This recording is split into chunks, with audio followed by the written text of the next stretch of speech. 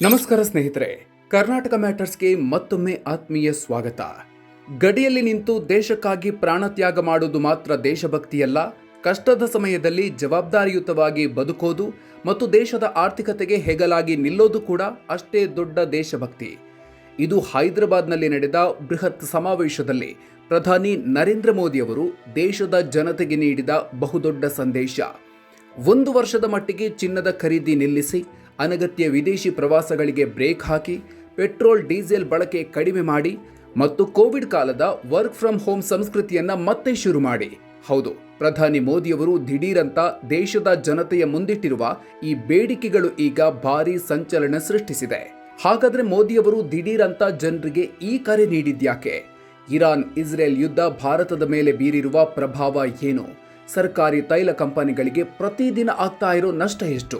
ಮೋದಿಯವರ ಈ ಭಾಷಣದ ಬೆನ್ನಲ್ಲೇ ಪೆಟ್ರೋಲ್ ಡೀಸೆಲ್ ಹಾಗೂ ಚಿನ್ನದ ಬೆಲೆ ಭಾರಿ ಏರಿಕೆಯಾಗುತ್ತಾ? ಬನ್ನಿ ಇವತ್ತಿನ ವಿಡಿಯೋದಲ್ಲಿ ಡೀಟೇಲ್ ಆಗಿ ನೋಡೋಣ. ಅದಕ್ಕೂ ಮೊದಲು ನೀವಿನ್ನೂ ನಮ್ಮ ಕರ್ನಾಟಕ ಮ್ಯಾಟರ್ಸ್ ಯೂಟ್ಯೂಬ್ ಚಾನಲ್ಗೆ ಸಬ್ಸ್ಕ್ರೈಬ್ ಆಗಿಲ್ಲ ಅಂದರೆ ಈಗಲೇ ಸಬ್ಸ್ಕ್ರೈಬ್ ಆಗಿ, ಹಾಗೆ ಪಕ್ಕದಲ್ಲೇ ಇರೋ ಬೆಲ್ ಐಕಾನ್ ಪ್ರೆಸ್ ಮಾಡಿ. ಯಾಕೆ ಈ ದಿಢೀರ್ ಎಚ್ಚರಿಕೆ? ಮೋದಿ ಸಂದೇಶಕ್ಕೆ ಅಸಲಿ ಕಾರಣ ಏನು? ಸ್ನೇಹಿತರೆ, ನಿಮಗೆಲ್ಲ ಗೊತ್ತಿರೋ ಹಾಗೆ ಮಧ್ಯಪ್ರಾಚ್ಯದಲ್ಲಿ US ಇಸ್ರೇಲ್ ಪಡೆಗಳು ಮತ್ತು ಇರಾನ್ ನಡುವೆ ಭೀಕರ ಯುದ್ಧ ನಡೀತಾ ಇದೆ. ಇದರಿಂದಾಗಿ ಮಧ್ಯಪ್ರಾಚ್ಯದಿಂದ ತೈಲ ಪೂರೈಕೆಗೆ ಅತ್ಯಂತ ಪ್ರಮುಖವಾಗಿರುವ ಹೋರ್ಮುಜ್ ಜಲಸಂಧಿ ಕಳೆದ 2 ತಿಂಗಳಿನಿಂದ ಸಂಪೂರ್ಣ ಬ್ಲಾಕ್ ಆಗಿದೆ. ವಿಶ್ವಸಂಸ್ಥೆಯ IMO ನೀಡಿರುವ ವರದಿ ಪ್ರಕಾರ ಇರಾನ್ ದಿಗ್ಬಂಧನದಿಂದಾಗಿ ಕೊಲ್ಲಿಯಲ್ಲಿ ಬರೋಬ್ಬರಿ 1500 ಹಡಗುಗಳು ಸಿಲುಕಿಕೊಂಡಿವೆ. ಇರಾನ್ ಇಲ್ಲಿ ಹಾದು ಹೋಗುವ ಹಡಗುಗಳಿಗೆ ಟೋಲ್ ಕಟ್ಟಲೇಬೇಕು ಅಂತ ಪಟ್ಟು ಹಿಡಿದಿದ್ರೆ, ಇರಾನ್ಗೆ ಟೋಲ್ ಕಟ್ಟುವ ಯಾವುದೇ ಹಡಗನ್ನ ತಡೆಯೋದಾಗಿ ಅಮೆರಿಕ ಎಚ್ಚರಿಕೆ ಕೊಟ್ಟಿದೆ. ಈ ಬಿಕ್ಕಟ್ಟಿನ ನೇರ ಪರಿಣಾಮ ಈಗ ಭಾರತದ ಮೇಲಾಗಿದೆ. ಅಂತಾರಾಷ್ಟ್ರೀಯ ಮಾರುಕಟ್ಟೆಯಲ್ಲಿ ಕಚ್ಚಾ ತೈಲದ ಬೆಲೆ ಭಾರಿ ಏರಿಕೆ ಕಂಡಿದೆ. ಇದರ ಜೊತೆಗೆ ಆಮದು ಮಾಡಿಕೊಳ್ಳುವ ಇತರ ವಸ್ತುಗಳ ಬೆಲೆಯೂ ಏರ್ತಾ ಇದ್ದು, ನಮ್ಮ ವಿದೇಶಿ ವಿನಿಮಯ ಮೀಸಲು ಕರಗ್ತಾ ಇದೆ. ಪ್ರತಿದಿನ 1700 ಕೋಟಿ ನಷ್ಟ. ಸಂಕಷ್ಟದಲ್ಲಿ ತೈಲ ಕಂಪನಿಗಳು. ಜಗತ್ತಿನ ಹಲವು ರಾಷ್ಟ್ರಗಳು ಪೆಟ್ರೋಲ್ ಡೀಸೆಲ್ ಬೆಲೆಯನ್ನು 30% ಹೆಚ್ಚಿಸಿವೆ. ಆದರೆ ಭಾರತದಲ್ಲಿ ಮಾತ್ರ ಕೇಂದ್ರ ಸರ್ಕಾರ ಜನಸಾಮಾನ್ಯರಿಗೆ ಹೊರೆಯಾಗದಿರಲಿ ಅಂತ ಕಳೆದ 2 ವರ್ಷಗಳಿಂದ ಪೆಟ್ರೋಲ್ ಬೆಲೆಯನ್ನು ಏರಿಕೆ ಮಾಡಿಲ್ಲ. ಇದರ ಪರಿಣಾಮ ನಮ್ಮ ಸರ್ಕಾರಿ ಸ್ವಾಮ್ಯದ ತೈಲ ಕಂಪನಿಗಳಾದ ಇಂಡಿಯನ್ ಆಯಿಲ್, ಭಾರತ್ ಪೆಟ್ರೋಲಿಯಂ ಮತ್ತು ಹಿಂದೂಸ್ತಾನ್ ಪೆಟ್ರೋಲಿಯಂ ಪ್ರತಿದಿನ ಬರೋಬ್ಬರಿ 1600 ರಿಂದ 1700 ಕೋಟಿ ರೂಪಾಯಿ ನಷ್ಟ ಅನುಭವಿಸ್ತಾ ಇದೆ. ಕೇವಲ 10 ವಾರಗಳಲ್ಲಿ ಈ ಕಂಪನಿಗಳಿಗೆ ಆಗಿರುವ ನಷ್ಟ ಬರೋಬ್ಬರಿ 1 ಲಕ್ಷ ಕೋಟಿ ರೂಪಾಯಿಗಳು.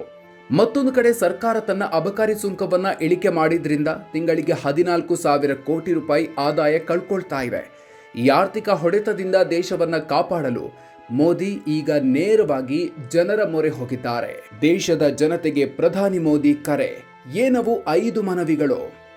ಹೈದರಾಬಾದ್ನಲ್ಲಿ ಮಾತನಾಡಿದ ಪ್ರಧಾನಿ ಮೋದಿ, ಜಾಗತಿಕ ಆರ್ಥಿಕ ಬಿಕ್ಕಟ್ಟನ್ನು ಎದುರಿಸಲು ಪ್ರತಿಯೊಬ್ಬ ನಾಗರಿಕನು ಸಂಕಲ್ಪ ಮಾಡಬೇಕು ಅಂತ ಹೇಳಿದ್ದಾರೆ. ಅಷ್ಟೇ ಅಲ್ಲ, 5 ಪ್ರಮುಖ ಕರೆಗಳನ್ನು ಕೊಟ್ಟಿದ್ದಾರೆ.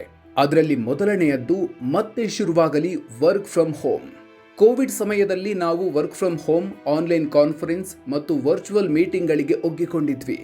ಈಗ ದೇಶದ ಹಿತದೃಷ್ಟಿಯಿಂದ ಅದನ್ನು ಮತ್ತೆ ಜಾರಿಗೆ ತರಬೇಕಿದೆ. ಮೆಟ್ರೋ ಇರುವ ನಗರಗಳಲ್ಲಿ ಮೆಟ್ರೋ ಬಳಸಿ, ಕಾರು ಬಳಸುವವರು ಕಾರ್ ಪೂಲಿಂಗ್ ಮಾಡಿ, ಸರಕು ಸಾಗಣೆಗೆ ರೈಲ್ವೆ ಬಳಸಿ ಹಾಗೂ ಎಲೆಕ್ಟ್ರಿಕ್ ವಾಹನಗಳ ಬಳಕೆಗೆ ಒತ್ತು ನೀಡಿ ಆ ಮೂಲಕ ಪೆಟ್ರೋಲ್ ಡೀಸೆಲ್ ಉಳಿಸಿ ಅಂತ ಮೋದಿ ಕರೆ ನೀಡಿದ್ದಾರೆ. ಎರಡನೆಯದ್ದು 1 ವರ್ಷ ಚಿನ್ನ ಖರೀದಿಸಬೇಡಿ. ಭಾರತ ಅತಿ ಹೆಚ್ಚು ವಿದೇಶಿ ವಿನಿಮಯವನ್ನು ಖರ್ಚು ಮಾಡೋದು ಚಿನ್ನದ ಆಮದಿಗೆ. ಹೀಗಾಗಿ ಮನೆಯಲ್ಲಿ ಎಷ್ಟೇ ಕಾರ್ಯಕ್ರಮಗಳಿದ್ರೂ ಮುಂದಿನ 1 ವರ್ಷದವರೆಗೆ ಅತ್ಯಗತ್ಯವಲ್ಲದ ಚಿನ್ನದ ಖರೀದಿಯನ್ನು ಮುಂದೂಡಿ ಅಂತ ಮೋದಿ ಮನವಿ ಮಾಡಿದ್ದಾರೆ. ಮೂರನೆಯದ್ದು ವಿದೇಶಿ ಪ್ರವಾಸ, ಡೆಸ್ಟಿನೇಷನ್ ವೆಡ್ಡಿಂಗ್ಗೆ ಬ್ರೇಕ್ ಹಾಕಿ. ಮಧ್ಯಮ ವರ್ಗದ ಜನರಲ್ಲಿ ವಿದೇಶದಲ್ಲಿ ಮದುವೆಯಾಗುವ, ವಿದೇಶಿ ಪ್ರವಾಸ ಕೈಗೊಳ್ಳುವ ಟ್ರೆಂಡ್ ಹೆಚ್ಚಾಗಿದೆ. ದಯವಿಟ್ಟು ಈ ಬಿಕ್ಕಟ್ಟಿನ ಸಮಯದಲ್ಲಿ ವಿದೇಶಿ ಪ್ರವಾಸಗಳನ್ನು ರದ್ದು ಮಾಡಿ ದೇಶದೊಳಗೆ ಪ್ರವಾಸೋದ್ಯಮವನ್ನು ಬೆಂಬಲಿಸಿ, ಸ್ಥಳೀಯವಾಗಿ ತಯಾರಿಸಿದ ವಸ್ತುಗಳನ್ನೇ ಖರೀದಿಸಿ ಅಂತ ಹೇಳಿದ್ದಾರೆ. ನಾಲ್ಕನೆಯದು ಅಡುಗೆ ಎಣ್ಣೆ ಬಳಕೆ ಕಡಿಮೆ ಮಾಡಿ. ಭಾರತ ಅಡುಗೆ ಎಣ್ಣೆಯನ್ನು ಕೂಡ ಭಾರಿ ಪ್ರಮಾಣದಲ್ಲಿ ಆಮದು ಮಾಡಿಕೊಳ್ಳುತ್ತೆ. ಪ್ರತಿಯೊಂದು ಕುಟುಂಬವು ಅಡುಗೆ ಎಣ್ಣೆ ಬಳಕೆಯನ್ನು ಕಡಿಮೆ ಮಾಡಿದರೆ ಅದು ದೇಶದ ಬೊಕ್ಕಸಕ್ಕೂ ಒಳ್ಳೆಯದು, ನಿಮ್ಮ ವೈಯಕ್ತಿಕ ಆರೋಗ್ಯಕ್ಕೂ ಒಳ್ಳೆಯದು ಅಂತ ಪ್ರಧಾನಿ ಹೇಳಿದ್ದಾರೆ. 5ನೇದ್ದು ಸೋಲಾರ್ ಪಂಪ್ ಹಾಗೂ ನೈಸರ್ಗಿಕ ಕೃಷಿಗೆ ಕರೆ. ರೈತರು ಡೀಸೆಲ್ ಪಂಪ್ಗಳ ಬದಲಿಗೆ ಸೌರಶಕ್ತಿ ಚಾಲಿತ ಪಂಪ್ಗಳನ್ನು ಬಳಸಬೇಕು. ಆಮದು ಮಾಡಿಕೊಳ್ಳುವ ರಾಸಾಯನಿಕ ಗೊಬ್ಬರಗಳ ಬಳಕೆಯನ್ನು 50% ಕಡಿಮೆ ಮಾಡಿ ನೈಸರ್ಗಿಕ ಕೃಷಿಯತ್ತ ಮುಖ ಮಾಡಬೇಕು ಅಂತ ರೈತರಿಗೂ ಕರೆ ಕೊಟ್ಟಿದ್ದಾರೆ. ಮೋದಿಯವರ ಭಾಷಣದ ಹಿಂದಿನ ಆ ಹಿಡನ್ ಮೆಸೇಜ್ ಏನು? ಸ್ನೇಹಿತರೆ, ಮೋದಿಯವರ ಈ ಮಾತುಗಳು ಕೇವಲ ಮನವಿಯಲ್ಲ, ಬದಲಾಗಿ ಮುಂಬರುವ ಕಠಿಣ ಆರ್ಥಿಕ ನಿರ್ಧಾರಗಳ ಮುನ್ಸೂಚನೆಯಂತ ಆರ್ಥಿಕ ತಜ್ಞರು ವಿಶ್ಲೇಷಿಸ್ತಾ ಇದ್ದಾರೆ. ತೈಲ ಕಂಪನಿಗಳು ದಿವಾಳಿಯಾಗುವುದನ್ನು ತಪ್ಪಿಸಲು ಸರ್ಕಾರ ಶೀಘ್ರದಲ್ಲೇ ಪೆಟ್ರೋಲ್ ಮತ್ತು ಡೀಸೆಲ್ ಬೆಲೆಯನ್ನ ಭಾರಿ ಪ್ರಮಾಣದಲ್ಲಿ ಏರಿಕೆ ಮಾಡುವ ಸಾಧ್ಯತೆ ದಟ್ಟವಾಗಿದೆ. ಅದೇ ರೀತಿ ಚಿನ್ನದ ಆಮದು ತಡೆಯಲು ಚಿನ್ನದ ಮೇಲಿನ ಕಸ್ಟಮ್ಸ್ ಡ್ಯೂಟಿಯನ್ನ ಸರ್ಕಾರ ದಿಢೀರ್ ಹೆಚ್ಚಳ ಮಾಡೋ ಸಾಧ್ಯತೆ ಇದೆ. ಜೊತೆಗೆ ರಿಸರ್ವ್ ಬ್ಯಾಂಕ್ನ LRS ನಿಯಮಗಳ ಅಡಿಯಲ್ಲಿ ವಿದೇಶಕ್ಕೆ ಹಣ ಕಳುಹಿಸುವ ಮಿತಿಯನ್ನು ಕೂಡ ಕಡಿತಗೊಳಿಸುವ ಸಾಧ್ಯತೆಯನ್ನ ತಳ್ಳಿಹಾಕೋ ಹಾಗಿಲ್ಲ. ಒಟ್ಟಿನಲ್ಲಿ ಸ್ನೇಹಿತರೆ, ಇಸ್ರೇಲ್ ಇರಾನ್ ಯುದ್ಧದ ಬಿಸಿ ಈಗ ನೇರವಾಗಿ ನಿಮ್ಮ ಮನೆ ಬಾಗಿಲಿಗೆ ಬಂದು ನಿಂತಿದೆ. ದೇಶವನ್ನ ಈ ಬಿಕ್ಕಟ್ಟಿನಿಂದ ಪಾರು ಮಾಡಲು ಮೋದಿ ಜನರ ಸಾಥ್ ಕೇಳ್ತಾ ಇದ್ದಾರೆ. ಸ್ನೇಹಿತರೆ, ಪ್ರಧಾನಿ ಮೋದಿಯವರ ಈ ಕರೆಗಳ ಬಗ್ಗೆ ನಿಮ್ಮ ಅನಿಸಿಕೆ ಏನು? ಮತ್ತೆ ವರ್ಕ್ ಫ್ರಮ್ ಹೋಮ್ ನಿಯಮ ಜಾರಿಗೆ ಬಂದ್ರೆ ಸಮಸ್ಯೆ ಬಗೆಹರಿಯತ್ತಾ? ಪೆಟ್ರೋಲ್ ಡೀಸೆಲ್ ಬೆಲೆ ಏರಿಕೆ ಆದರೆ ಜನಸಾಮಾನ್ಯರ ಬದುಕು ಹೇಗಾಗಬಹುದು? ನಿಮ್ಮ ಅಭಿಪ್ರಾಯ ತಪ್ಪದೆ ಕಾಮೆಂಟ್ ಬಾಕ್ಸ್ನಲ್ಲಿ ಹಂಚಿಕೊಳ್ಳಿ. ಈ ಇನ್ಫಾರ್ಮೇಟಿವ್ ವಿಡಿಯೋ ನಿಮಗೆ ಇಷ್ಟ ಆಗಿದ್ರೆ ಈಗಲೇ ಲೈಕ್ ಮಾಡಿ ಹಾಗೂ ಪ್ರತಿಯೊಬ್ಬರಿಗೂ ವಾಟ್ಸಪ್ನಲ್ಲಿ ಶೇರ್ ಮಾಡಿ. ರಾಜ್ಯ, ರಾಷ್ಟ್ರ ಹಾಗೂ ಅಂತಾರಾಷ್ಟ್ರೀಯ ರಾಜಕಾರಣದ ಇಂಥ ಇಂಟ್ರೆಸ್ಟಿಂಗ್ ಅಪ್ಡೇಟ್ಸ್ಗಳಿಗಾಗಿ ಮರೆಯದೆ ನಮ್ಮ ಕರ್ನಾಟಕ ಮ್ಯಾಟರ್ಸ್ ಯೂಟ್ಯೂಬ್ ಚಾನೆಲ್ಗೆ ಸಬ್ಸ್ಕ್ರೈಬ್ ಆಗಿ. ಮುಂದಿನ ವಿಡಿಯೋದಲ್ಲಿ ಮತ್ತೊಂದು ಇಂಟ್ರೆಸ್ಟಿಂಗ್ ವಿಷಯದ ಜೊತೆಗೆ ಮತ್ತೆ ಸಿಗೋಣ. ಅಲ್ಲಿವರೆಗೂ ನಮಸ್ಕಾರ.